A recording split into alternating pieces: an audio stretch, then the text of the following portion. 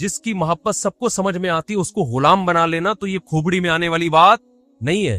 لیکن حدیث میں کیا آتا ہے, قرب قیامت میں بیٹا کیا ہوگا, ماں پہ حکومت کرے گا, بیٹا ماں پہ حکومت کرے گا. تو ہونا تو یہ چاہیے تھا کہ جو جنے وہ جس کو آپ جن رہے ہیں وہ گویا ایک قسم کی لونڈی غلام ہو, ماتحت ہو, لیکن الٹا حساب ہو رہا ہوگا. تو یہ بھی پتہ چل رہا ہے کہ ادب مارکیٹ سے کیا ہونا شروع ہو جائے گا, شارٹ. مطلب حدیث کا یہی ہے کہ چھوٹے جو ہے نا وہ بڑوں کی جگہ ہو جائیں گے اور بڑے, اور یہ خدا کی قسم آج اپنی آنکھوں سے میں دیکھ رہا ہوں, زیادہ تر لبرل لوگوں کے گھروں میں دیکھ رہا ہوں, دیندار گھروں میں کم. باپ اور ماں اپنے بچوں کو اسکولوں میں 15-20 ہزار روپے فیسیں دے کر بدتمیز بنا رہے ہیں باقاعدہ پیسوں کے ذریعے. یعنی اسکولوں میں پڑھا رہے, ماڈرن اسکول ہیں اور بہت ہی ماڈرن قسم کے اسکول جن میں مذہب نہیں ہے, بچہ انگلش بہت اچھی بول لیتا ہے, اور ٹھیک ٹھاک فیسیں دے کے کیا کر رہے ہیں, اپنی نافرمانی پیسے دے کے سکھا رہے ہیں. آج بھی میرے پاس ایک کیس آیا, کسی کو نہیں پتا چلے گا کس کی بات ہو رہی ہے. ایک صاحب نے کہا میں نے اپنی بچی کو ایڈمیشن کروایا, میں 20 ہزار روپے فیسیں دے رہا ہوں اور وہ چرس پی رہی ہے, وہ پتہ نہیں کتنے لڑکوں سے دوستیاں لگا رہی ہے. تعلیم کو فوکس کرنے کے چکر میں تہذیب کا بیڑا غرق کر, یعنی گویا کہ پیسے دے کے باقاعدہ کیا کیا جا رہا ہے, اپنے بچوں کو خراب کیا جا رہا ہے. تو جنا بھی خود, احسان بھی خود کیا, اور نکلا کیا رزلٹ, وہی آپ پہ کیا کر رہا ہے حکومت, وہ آپ کی ایک بات ماننے کے لیے تیار نہیں ہے. تو یہ وہ دور ہے جس سے ہم گزر رہے ہیں. تو اس میں بھی ادب کی تلقین کی گئی ہے. جب کچھ اس طرح کے لوگ آتے ہیں نا میرے پاس کہ باپ بیٹا بیٹھا ہوا ہوتا ہے اور باپ اپنے بیٹے کی شکایتیں کر رہا ہوتا ہے بڑے دھیمے لہجے میں کہ بچے کو غصہ نہ آ جائے, اور بیٹا جواب دے رہا ہوتا ہے بڑی اونچی آواز میں. یہ میں نے بہت دیکھ لیا اپنی زندگی میں. اس سے مجھے فوراً وہ حدیث یاد آتی ہے کہ اس کو باپ ہونا چاہیے اور اس کو بیٹا. باپ کو یہ ڈر لگتا ہے کہ یار اب میری اولاد ہے, یار میں کوئی اونچی آواز سے وہ ایک دم میٹر نہ گھوم جائے. دیکھو یہ اولاد کے نالائق ہونے کی علامت ہے کہ آپ نے اپنے باپ کو یہ اتھارٹی نہیں دی ہے کہ وہ آپ کو ڈانٹ سکے. اگر آپ کا باپ آپ کو ڈانٹتے ہوئے گھبراتا ہے نا, خدا کی قسم یہ باپ کے خراب ہونے کی دلیل نہیں ہے, یہ اولاد کے خراب ہونے کی دلیل ہے. یہ اولاد کے خراب, وہ ڈر لگتا ہے اس کو کہ یار کچھ بول دوں تو ایسا نہ ہو ناراض ہو جائے. میں نہیں کہہ رہا اولاد پہ بیجا سختیاں کرے یا خام خامے ڈانٹ ڈپٹ کرتے رہے, اس سے تو ڈپریشن کے مریض بنتے ہیں. ماں باپ ظلم بھی کرتے ہیں. اس پہ میں انشاءاللہ بیان کروں گا کہ میرا ارادہ ہے, میں نے جو سینٹ میں بل پیش ہوا نا کہ ماں باپ کو اولاد پہ ہاتھ اٹھانے کی اجازت نہیں, شوہر کو بیوی کو ڈانٹنے کی اجازت نہیں, یہ بالکل خلاف ہے, لیکن اس کا ناجائز فائدہ بھی اٹھایا جاتا ہے. تو ماں باپ کو بلا وجہ اولاد پہ ہاتھ اٹھانا شرعن جائز. آج ایک صاحب بحث کرنے لگے کہ مجھے اجازت دی ہے شریعت نے کہ میں اپنے بچے کو تھپڑ مار سکتا ہوں. میں نے کہا آپ کو اجازت شریعت نے نہیں دی ہے کہ بلا وجہ آپ اپنے بچے پہ ہاتھ اٹھائیں, اور خاص طور پہ نابالغ پہ. نابالغ کے حقوق اسلام میں بہت زیادہ ہیں. ماں کو اجازت نہیں اپنا غصہ کسی اور پہ نکال کس پہ رہی ہے. میں نے ماؤں کو دیکھا ہے طبیعت خراب ہے, جھنجلا رہی ہے, بچے کو پڑھ کے طبیعت سے کوٹ دیا اس کو بیچارہ. بعض بچے ماں کی چنگیز خان جیسی مائیں ہوتی ہیں, وہ بچے ٹھٹر کے ان کی جو گروتھ ہے نا وہی رک جاتی ہے ان کی. اتنا سختی کا ماحول انہوں نے گھر میں دیکھا ہوتا ہے. تو یہ نہ باپ کے لیے جائز ہے اور نہ ماں کے لیے. تو اس میں علماء کے واقعات بھی سناؤں گا کہ اپنی اولاد کو مارنے سے پہلے کیا ان کے اصول تھے کہ ہم زیادتی نہ کر بیٹھے. تو یہ بھی ہے. اچھا خیر, تو جلدی سے بات کو یہ سمیٹ کے ختم کرتا ہوں. یہ کیا ہو گیا وہ. تو رسول اللہ صلی اللہ علیہ وسلم کی محفل میں حضرت جبریل آئے تو حضرت عمر فرماتے ہیں, تو حضرت عمر رضی اللہ تعالیٰ عنہ فرماتے ہیں فلبثت ملیہ, میں نے جب یہ منظر دیکھا تو میں بہت دنوں تک ٹھہرا رہا. یعنی کچھ دن گزرنے کے بعد بھی حضرت عمر کی ہمت نہیں ہوئی کہ نبی سے پوچھے کہ یا رسول اللہ یہ کون تھے, یہ کیا ہے احترام, کہ بھئی ایسا نہ نبی صلی اللہ علیہ وسلم ناراض ہو جائے. خود کیوں نہیں بتا رہے بھئی, یہ اہم بات ہوتی تو آپ صلی اللہ علیہ وسلم تو خود معلم تھے, خود بتاتے. تو فرماتے ہیں کچھ دن کے بعد خود نبی نے مجھ سے پوچھا کہ عمر جانتے وہ شخص کون تھا؟ میں نے کہا اللہ اس کے رسول ہی زیادہ جانتے ہیں. فرمایا ھذا جبریل اتاکم یعلمکم دینکم, یہ جبریل تھے, انسانی شکل میں آئے تھے تمہیں تمہارا دین سکھانے کے لیے. اس سے پتہ چلتا ہے کہ تعلیم کا صرف یہ طریقہ نہیں ہے کہ استاذ بیٹھ کے بچوں کو پڑھاتا رہے سارا دن بیٹھ کے. یہ نیچرل وے آف ٹیچنگ ہے کہ ایک ماحول بنا دیا, ایک شخص آ رہا ہے, صحابہ اچھا پھر ایک تعجب کی فضا قائم کی گئی تاکہ نا ان کو یہ محفل یاد رہے. اگر ایسا ہی ہوتا وہ نارمل ڈریس سفر والے ڈریس میں آتے تو یہ تو نارمل مجلس ہے, بھائی کوئی مسافر آیا. ایسا ایک مخمصے میں ڈالا گیا کیونکہ جب کوئی ایسی عجیب سی محفل ہوتی ہے نا تو دماغوں میں بیٹھ جاتی ہے, اس کا ایک ایک منظر یاد رہتا ہے. تو اس سے ماحول کی تبدیلی کا بھی انسان پہ اثر پڑتا ہے. تو صحابہ کیا کر رہے ہیں, نبی صلی اللہ علیہ وسلم سے سوال پوچھنے سے پہلے ایک اور واقعہ سنا کے بس یہ میں ٹاپک ختم کرتا ہوں. ایک اور واقعہ ہے، حدیث میں آتا ہے کہ آپ صلی اللہ علیہ وسلم نے ظہر یا عصر کی نماز پڑھائی، صحیح حدیث ہے، اس میں آپ نے 4 کی جگہ 3 رکعتیں پڑھا تھی. کتنی؟ 3. اب صحابہ سوال نہیں پوچھ رہے کہ یا رسول اللہ یہ آپ سے غلطی سے ایسا ہوا ہے، کیا ہوا ہے؟ خوف زدہ. حضرت ابو بکر عمر بالکل پیچھے بیٹھے ہوئے ہیں. حدیث میں آتا فہابا ان یتکلماہ، آپ گھبرائے کہ آپ اس بارے میں نبی سے سوال پوچھیں. کیوں؟ ہو سکتا ہے نبی کو اس بات پہ غضب آ جائے کہ بھائی جب میں نے 3 پڑھائی ہیں تو میرے 4 پڑھنے سے جب چاہ کہ ہاں تمہاری یہ نیکی لکھی جا رہی ہے تو حلال کی طرف آؤ اور کسی کی مت سنو. سمجھتے ہو؟ بائک پہ گاڑی پہ پہلے سے موسٹ وانٹڈ لکھ کے لگا دو، کسی کی مت سنو، اس میں ٹینشنیں آئیں گی، برداشت کرو اللہ کے لیے.